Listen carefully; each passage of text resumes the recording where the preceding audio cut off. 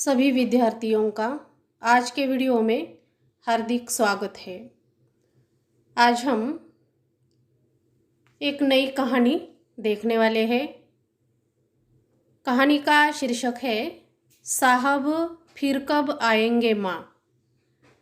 इस कहानी के लेखक हिंदी साहित्य के जाने माने प्रसिद्ध साहित्यकार दामोदर जी खड़से है।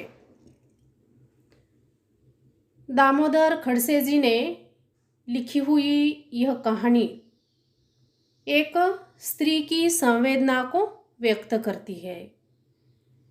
पहले हम लेखक का जीवन परिचय देखेंगे और उसके बाद कहानी पर चर्चा करेंगे। दामोदर खड़से जी बहुमुखी प्रतिभा के एक संपन्न ऐसे रचनाकार है। उनका जन्म 11 नवंबर 1948 में छत्तीसगढ़ के सरगुजा जिले के पटना गांव में हुआ है। उनकी सृजनात्मक और आलोचनात्मक दृष्टि अत्यंत प्रेरक है। लेखन के साथ साथ उन्होंने अनुवाद के क्षेत्र में भी अपना महत्वपूर्ण योगदान दिया है।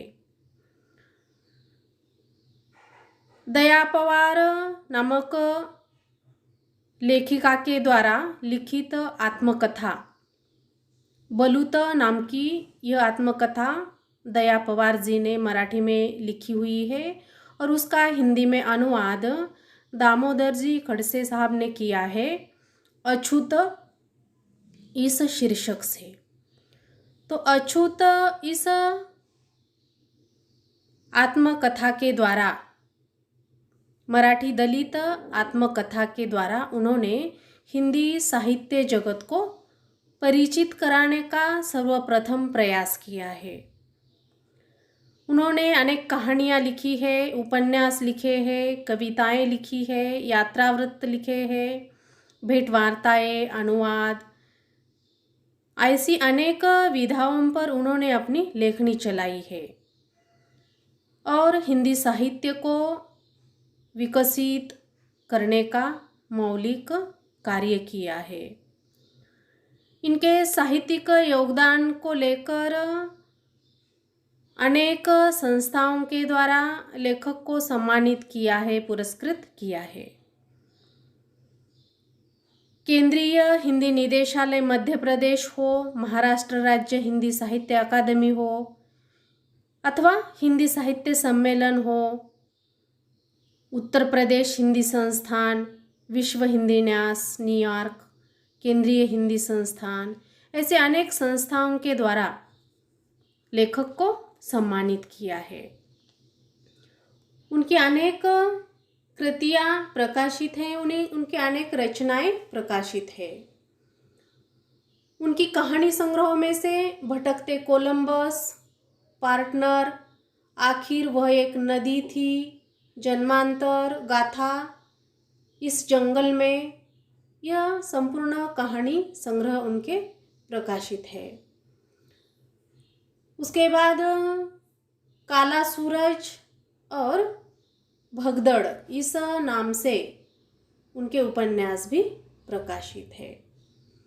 कविता संग्रहों में से अब वहाँ घोंसले है, जीना चाहता है मेरा समय, सन्नाटे में रोशनी, तुम लिखो कविता, नींद कभी नहीं सुखाती, पेड़ कभी अकेले नहीं होते, ऐसे अनेक कविता संग्रह उन्होंने लिखे हैं।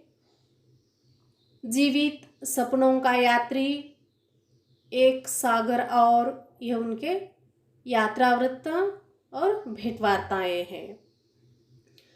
अनेक पुस्तकों का, अनेक ग्रंथों का उन्होंने हिंदी में अनुवाद किया है। उनमें से अछूत नाम का उनका ग्रंथ है, उनकी पुस्तक है, रामनगरी है, बीरबल सहानी, कालचक्र, पराया, ऐसे लोग ऐसी बातें, सवाल अपना अपना, संघर्ष, भूले बिसरे दिन, विशिष्ट मराठी कहानियाँ, शुभ वर्तमान, बारह मास, झुंड, मन सर्जन, ऐसे अनेक पुस्तकों का उन्होंने अनुवाद भी किया है। अर्थात लेखक ने हिंदी साहित्य के क्षेत्र के साथ साथ अनुवाद के क्षेत्र को भी समृद्ध करने का मौलिक योगदान दिया है। अब हम उन्होंने लिखी हुई कहानी साहब फिर कब आएंगे माँ, इस पर चर्चा करेंगे। तो प्रतिभा संपन्न रचनाकार डॉक्टर दामोदर खड़से जी द्वारा लिखित यह कहानी है साहब फिर कब आएंगे माँ। यह अत्यंत प्रसिद्ध और चर्चित कहानी है। उनकी इस कहानी में लेखक ने अत्यंत दीनहीन, दलित, बर्तन मांजने वाली एक गरीब स्त्री की संवेदनाओं को व्यक्त किया है। प्रस्तुत कहानी की प्रमुख चरित्र मंगली है और वह बर्तन मांजकर अपना तथा अपने परिवार का गुजारा करती है। उसका दुख और उसकी दरिद्रता की जो पीड़ा है, तो उस पीड़ा को लेखक इस कहानी में अभिव्यक्त करते हैं। दरिद्रता का सामना करने वाली यह मंगली अपनाया अपने बच्चों का कैसे पालन पोषण करती है, तो उसका सूक्ष्म चित्रण यहाँ लेखक करते हैं। अपने बच्चों की पढ़ाई का प्रबंध वह नहीं कर पाती है। अत्यंत विकट परिस्थिति में अपना जीवन यापन करती है। तो मंगली यह प्रस्तुत कहानी का एक प्रमुख स्त्री चरित्र है और वह अत्यंत गरीब परिस्थिति में है, गरीबी से त्रस्त है। अनेक सालों से वह एक होटल में बर्तन मांजने का काम करती है। उसका पति शराबी है, शराब पीकर अपनी पत्नी और बच्चों को भी मारपीट करता है। घर में खाने के लिए रोज की किल्लत रहती है। पति हर दिन शराब पीकर आता है, आकर गालियाँ देता है, मंगली को प्रताड़ित करता है, बच्चों को प्रताड़ित करता है। पति के ऐसे क्रूर व्यवहार से और परिवार की गरीब परिस्थिति से मंगली परेशान होती है, त्रस्त होती है, अस्वस्थ होती है और बहुत बेचैन रहती है। पति के इस बुरे व्यवहार से हमेशा वह भयभीत रहती है। एक दिन कलेक्टर ऑफिस से होटल मैनेजर के लिए एक फ़ोन आता है और वह उसके लिए सुबह से आया हुआ 5वां फ़ोन था। हर एक फ़ोन में कुछ न कुछ परिवर्तन दिखाई देता था, या हर एक फ़ोन आने वाला एक परिवर्तन लेकर आता था। लेकिन झल्लाहट के बावजूद भी, व्यावसायिक मृदु भाषा और इतने बड़े ग्राहक को सिर पर उठाने के अलावा मैनेजर के पास दूसरा कोई चारा नहीं था। फ़ोन पर कहा जाता है कि देखिए मैनेजर साहब, मेनू में एक खास परिवर्तन करना है। कल की मीटिंग में मुख्यमंत्री भी आने वाले हैं, उनका लंच वही होगा। कलेक्टर का पीए बड़े अधिकार से बताता है कि तो लंच में मक्के की रोटी और सरसों का साग बनाना है और इस बात का ध्यान रखना है कि तेल मिर्च की मात्रा साधारण होनी चाहिए। तो मुख्यमंत्री जैसा मेहमान पहली बार उस होटल में आ रहा था और उसका लाभ तो उसके होटल की पब्लिसिटी के लिए भी करने की ये मैनेजर सोचता है। उसे लगता है कि होटल का नाम अब बहुत लोकप्रिय हो जाएगा। होटल का मालिक भी उस व्यवसाय को लेकर सतर्क हो जाता है ताकि मंत्रालय से सीधा संपर्क होने के कारण ही मीटिंग उसके होटल में हो रही थी। अब वहाँ पत्रकार वगैरह सब लोग आने वाले थे। होटल का मुख्य रसोइया मैनेजर से कहता है कि बात बन जाएगी, मैंने मंगली से बात की है। तब मैनेजर कहता है ये मंगली कौन है?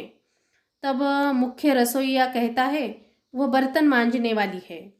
उस दिन मंगली की स्थिति सर्वे सर्वा हो जाती है और अचानक इतना महत्व उसको मिलने लगता है कि वह एकदम हड़बड़ा जाती है, क्योंकि रोज बर्तन मांजने वाली इस स्त्री को या इस मंगली को उस दिन मुख्यमंत्री साहब के लिए खाना पकाना होता है।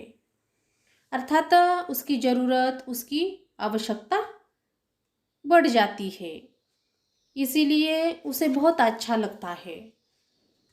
हर दिन तो बर्तन मांजकर जूठन की भी मोहताज वह नहीं रह पाती थी। तो रसोइयों की ऐसे सूचना का उसको पालन करना पड़ता है।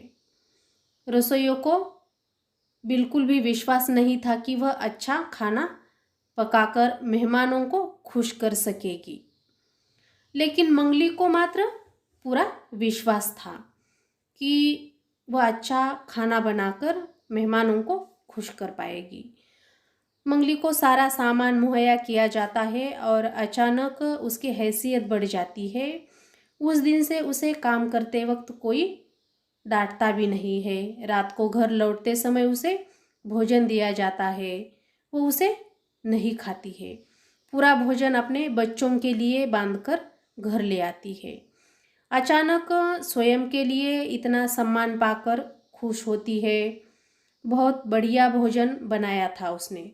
भोजन का प्लास्टिक का बैग लेकर मंगली काफ़ी प्रसन्न होती है, माना उसके पैरों को अचानक पंख लगे हो। तेज कदमों से घर की ओर जाती है। उस प्लास्टिक की थैली को बार बार टटोलती हुई सोचती है कि इसमें क्या क्या दिया होगा, कितना दिया होगा, बच्चों के लिए काफ़ी होगा या नहीं। उसे जाते समय भिखारियों की भूखी आंखें देखने को मौका भी नहीं मिल पाता है। वह थैली को पोटली बनाकर अपने बगल में मजबूती से दबाकर राह चलती रहती है, जैसे कोई उसकी पोटली को छीन कर ले जाएगा, लेकिन कोई उसकी तरफ देखता भी नहीं है। फिर भी उसके कदमों में बेचैनी रहती है। वह जल्दी जल्दी घर पहुंचने की उत्साही रहती है। उसके पति की रात की ड्यूटी थी और वह एक चौकीदार का काम करता था।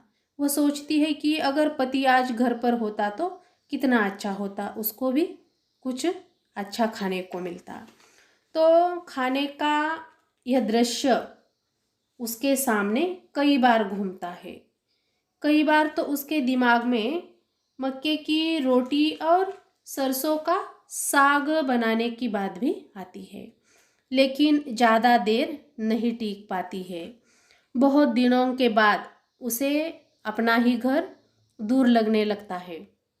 रोज़ तो घर जाकर उसको पहले खाना बनाना पड़ता था।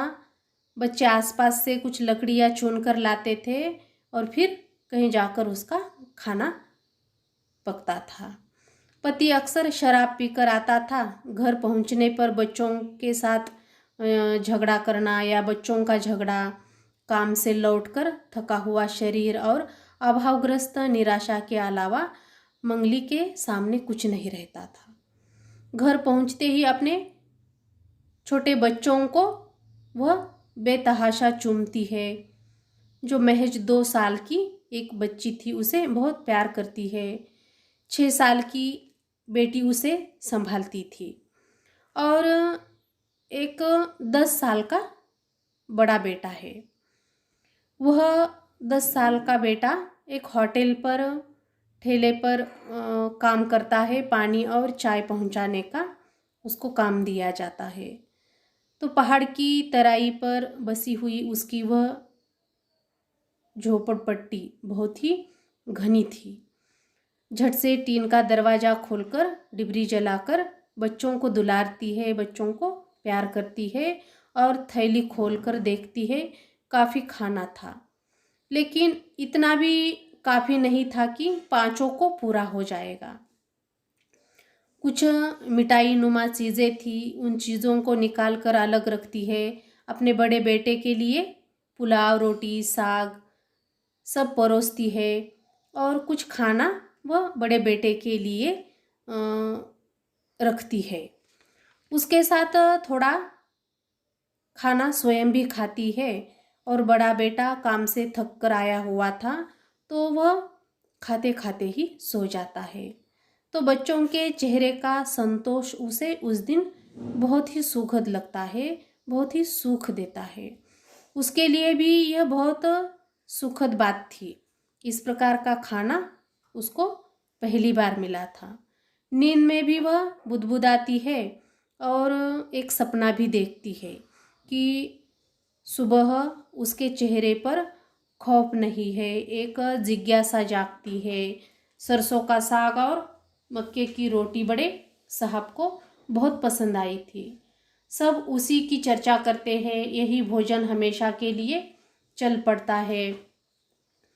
और मंगली को रसोइयों की हैसियत से स्थायी रूप पर उसे उस होटल में रख गया था। अब बच्चों को खाने की किल्लत नहीं है। पति ने अनेक मन्नतों के बाद शराब पीना छोड़ दिया है। बड़ा बेटा पढ़ाई के लिए नगर पालिका के स्कूल में जाने लगा है। नल और बिजली का भी कनेक्शन उसके घर में पहुंच गया है। देखते ही देखते शहर में गोल्डन गेट पर्याय सरसों का साग ही हो जाता है। तो मंगली को अपने इस हुनर पर गर्व होता है। बर्तनों की आवाज़ें सुनकर वह हड़बड़ाकर उठकर देखती है, जागती है तो सुबह हो गई थी। तो इस प्रकार से उसका वह सपना भी टूट जाता है। उसने देखा कि सूरज नहीं उगा है और वह नहा धोकर होटल पहुंचती है तो होटल एकदम सुनसान और शांत दिखाई देता है। थोड़ी ही देर में पूरा होटल पुलिस के हवाले कर दिया जाता है। लघु उद्योग पर राज्य स्तर की जो मीटिंग मुख्यमंत्री की अध्यक्षता में होने वाली थी, उस पर किसी कारणवश मुख्यमंत्री नहीं आ रहे थे। परंतु अचानक उनके कार्य में परिवर्तन हो जाता है और समय पर उनकी उपस्थिति होने के कारण कई प्रकार के परिवर्तन करने पड़ते हैं। मुख्यमंत्री के आते ही सारा होटल चुंबक की तरह उसकी ओर मुड़ता है। मुख्यमंत्री अपने पाइप से धुआं उड़ाते हुए एक स्थानीय नेता से बात करते हैं और लगभग 10 मिनट वे अपना भाषण देते हैं। उसमें से 5 मिनट स्थानीय नेताओं की प्रशंसा में निकल जाते हैं और बाकी 5 मिनट में यह संकेत मिलता है कि लघु उद्योग को प्रोत्साहन मिलना चाहिए और गरीबों का उत्थान होना चाहिए। उसके बाद कुछ छुटभये नेता या छोटे छोटे नेता लोग मुख्यमंत्री के साथ अपने फोटो खिंचवाने में अपना सारा अस्तित्व दांव पर लगाते हैं। कोई उनके करीब जाने की कोशिश करता है तो कोई उनके कान में बोलने की कोशिश करता है। मुख्यमंत्री भोजन करते हैं जहां उनके लिए खास व्यवस्था की गई थी, विशेष व्यवस्था की गई थी अलग से। और अचानक होटल मैनेजर को बुलाया जाता है। मक्के की रोटी और सरसों के साग का काफ़ी चर्चा होती है, काफ़ी तारीफ करते हैं मुख्यमंत्री साहब भी। रसोइया थैंक्स कहता है और भोजन के बाद सब लोग होटल के बाहर जाते हैं। मुख्यमंत्री साहब भी पाइप से धुआं उड़ाते हुए गोल्डन गेट के बाहर निकल जाते हैं। तब मंगली भी बड़े साहब को देखना चाहती है लेकिन देख नहीं पाती है, बहुत भीड़ रहती है। मुख्य रसोइया खुशी से फिर मंगली को 50 रुपये देता है और सब लोग वहाँ से चले जाते हैं। मंगली घर पहुँचती है तो देखती है कि 6 साल की बच्ची उसका बेसब्री से इंतज़ार कर रही है। जिस टोकरी में मंगली सरसों का साग लेकर आई थी, उसी टोकरी में पुलाव, साग, सब्जी, रोटियां, मिठाई जो एक साथ मिल गया था लेकर जाती है। टोकरी उतारकर झोपड़ी में रखती है। सारे सने हुए भोजन से अपनी मनपसंद चीज़ें छोटी बच्ची निकाल कर खाती है और दोनों छोटे बच्चे टोकरी से कुछ चीज़ें निकाल कर खाते हैं। मंगली भी उन बच्चों के साथ टोकरी से कुछ चीज़ें निकाल कर खाती है। रात को उसने बताया था कि होटल में बहुत बड़े साहब आने वाले हैं और उनके लिए खास भोजन बनने वाला है। और यह 6 साल की बच्ची खाना खाती है, खाना खाकर पानी पीती है और पानी का गिलास अपनी माँ की तरफ, मंगली की तरफ देते हुए उसे पूछती है कि माँ साहब फिर कब आएंगे। और यही इस कहानी के शीर्षक की सार्थकता है। यह जो छोटी बच्ची का वक्तव्य है वह भोजन की लालसा को व्यक्त करता है, उनकी गरीबी और दरिद्रता को व्यक्त करता है। और इसी प्रकार यह कहानी अत्यंत महत्वपूर्ण कहानी है। कहानी की भाषा सहज है, सरल है और सुबोध है। अत्यंत सहजता से पाठकों के हृदय पर अमिट छाप छोड़ने वाली यह कहानी है। धन्यवाद।